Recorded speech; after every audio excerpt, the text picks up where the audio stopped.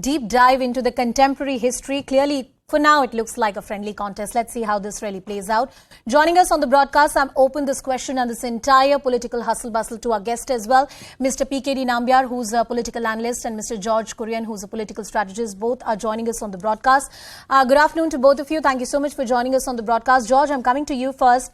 If the choice is between Mallikarjun Kharge versus Shashi Tharoor, is this really new direction and new blood that the Congress party is looking at?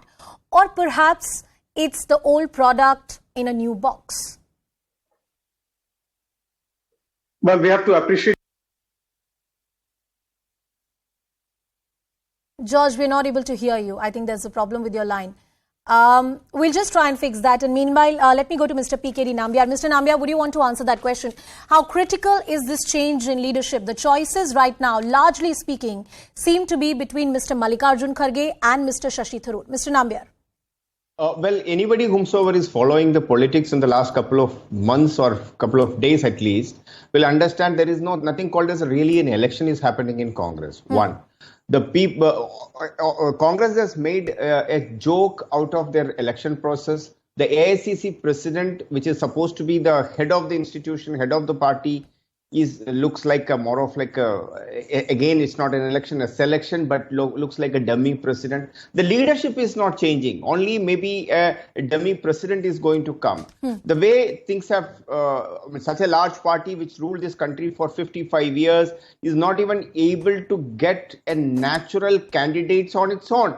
Finally, where are we landing it up? In India's population, 65% of the population of India is less than 35 years of age. And Congress, as a party going for a change, is looking for somebody who is 80 plus as an age as the president. That clearly says that the Congress is in a self-destruction mode. And if this continues to go, I think it is not in the interest of the country. But Mr. Nambiar, that criticism will hold true for any political party in this country. I know that the likes of BJP have a cut-off date and a retirement age after which, it's the Margdarshak Mandal in which most of the leaders shift to.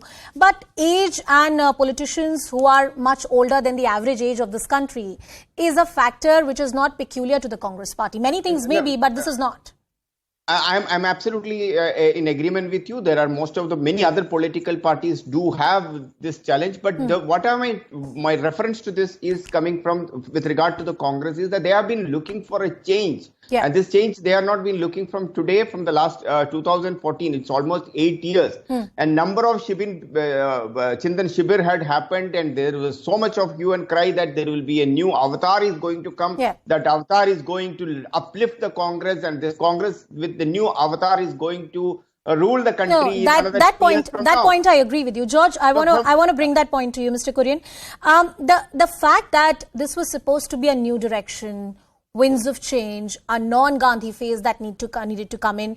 This is no doubt and question on the credibility and the political acumen of Mr. Mallikarjun Kharge, who's a very seasoned politician and who has proven his mettle time and again. But that being said, with his age, experience, is he the right candidate? And would he inspire the kind of trust in new direction that the Congress party really wanted to take? Mr. Kurian. Anushka, certainly yes.